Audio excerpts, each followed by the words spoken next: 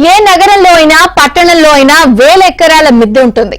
ఈ రోజుల్లో గ్రామాల్లో కూడా మిద్దె విస్తీర్ణం తక్కువేమీ కాదు. మరి ఈ మిద్దెలన్నీ పచ్చగా మారితే ఇంటికి అవసరమైన ఆరోగ్యకరమైన కూరగాయలు పండ్లు ఉత్పత్తి చేస్తే చాలా లాభమే కాదు, ఈ యాంత్రిక జీవితానికి సంబంధించిన అనేక సమస్యలను ఒత్తిళ్లను అధిగమించవచ్చు. అలా సిద్దిపేటలో మిద్దె తోటల పెంపకానికి శ్రీకారం చుట్టారు పట్టణంలోని దంత వైద్య నిపుణులు డాక్టర్ డిఎన్ స్వామి, శ్రీదేవి దంపతులు.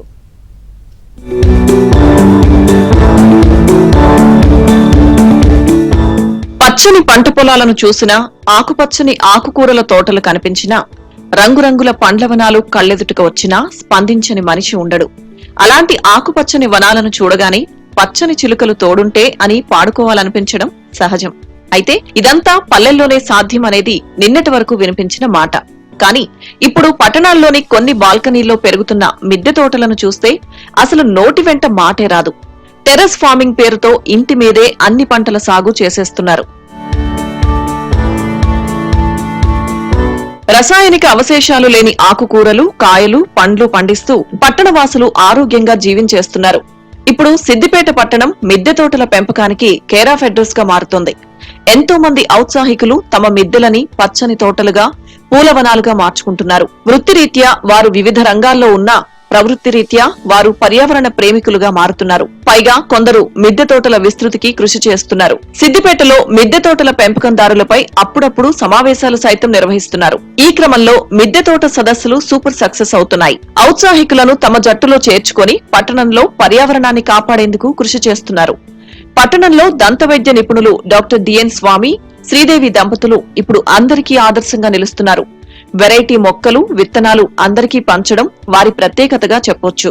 ఇప్పటికే సిద్దిపేటలో 10 మందికి పైగా మిద్దె తోటలను పెంచుతున్నారు. మనం ప్రతి పంటలో కూడా రసాయనాలు లేకుండా పండలేని పరిస్థితికి వచ్చింది.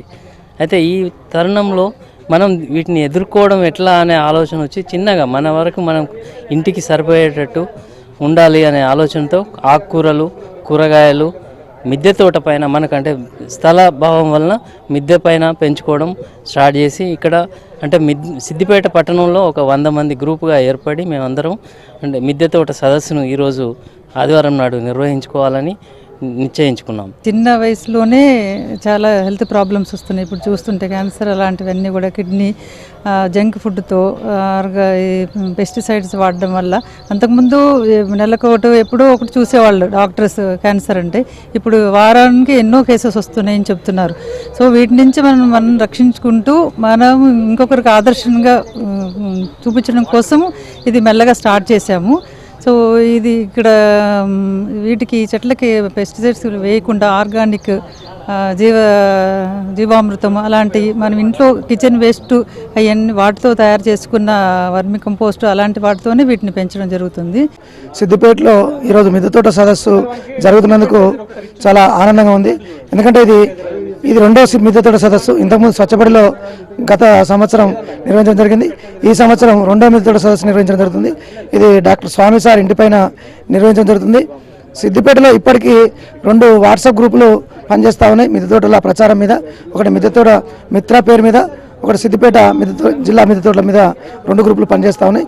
అదేవిధంగా ఉమ్మడి ఆంధ్రప్రదేశ్లో 90కి పైగా గ్రూపులు, తెలుగు వారందరితో కలిపి 90కి పైగా గ్రూపులు పనిచేస్తూ ఉన్నాయి. రాష్ట్ర, కేంద్ర ప్రభుత్వాలు మిద్దె తోటల పెంపకాన్ని ఒక యజ్ఞంగా చేపడితే భవిష్యత్తు అవసరాలు తీరడంతో పాటు పర్యావరణ, సామాజిక పరంగా మేలు జరుగుతుందని సిద్దిపేట వాసులు చెబుతున్నారు. పట్టణ ప్రాంతాల్లో విష రసాయనాలు వ్యాపించకుండా ఉండాలంటే ఇదే ఒక మార్గమని వారు చెబుతున్నారు. మా ఇంటి నుండే మేము పండించుకుంటాం. ఎందుకంటే ఆరోగ్యరీత్యా బయట ఎక్కువ పెస్టిసైడ్స్ వాడుతున్న ఉద్దేశంతో ఎక్కువ మా ఇంట్లో పండించుకుంటున్నాం. కొన్ని ఇంట్లో పండని కూరగాయలు మాత్రమే మార్కెట్ నుంచి కొనుక్కొచ్చుకుంటున్నాము.